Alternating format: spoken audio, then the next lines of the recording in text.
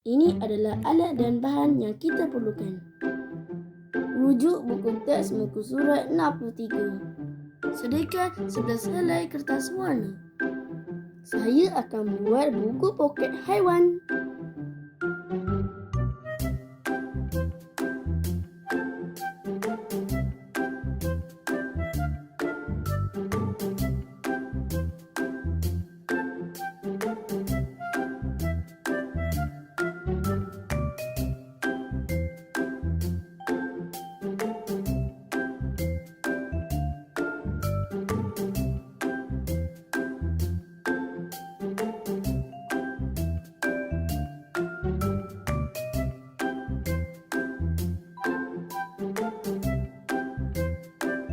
Mula-mula saya tampalkan tajuk.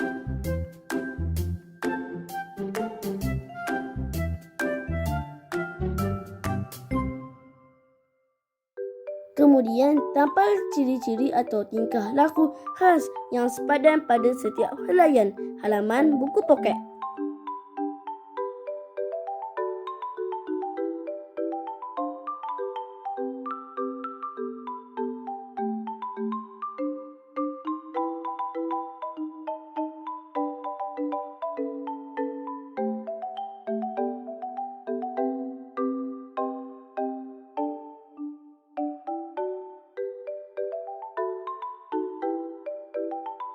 Beruang kutub berbulu tebal untuk memerangkap haba. Musang Artik berhibernasi, iaitu keadaan yang mempunyai tidur yang panjang supaya tidak aktif dan mengurangkan rasa lapar. Penguin mempunyai bulu pelepah yang pendek dan padat menjadikannya kalis air. Bulu yang pendek dan padat ini juga berfungsi sebagai penebat haba bagi mengekalkan suhu badan penguin. Singa laut mempunyai cuping telinga yang kecil untuk mengurangkan kehilangan haba daripada badannya. Walrus mempunyai lapisan lemak yang tebal di bawah kulit mereka.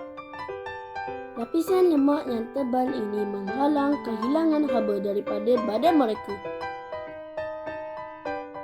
Ikan paus bermigrasi merentasi benua dan lautan bagi mengelakkan cuaca sejuk di negara asalnya. Badak air pula berendam untuk mengawal suhu badan dalam cuaca panas melampau. Gajah ialah haiwan yang kerap berendam di dalam lumpur. Musang gurun mempunyai cuping telinga yang besar supaya lebih banyak haba daripada badan dapat dibebaskan.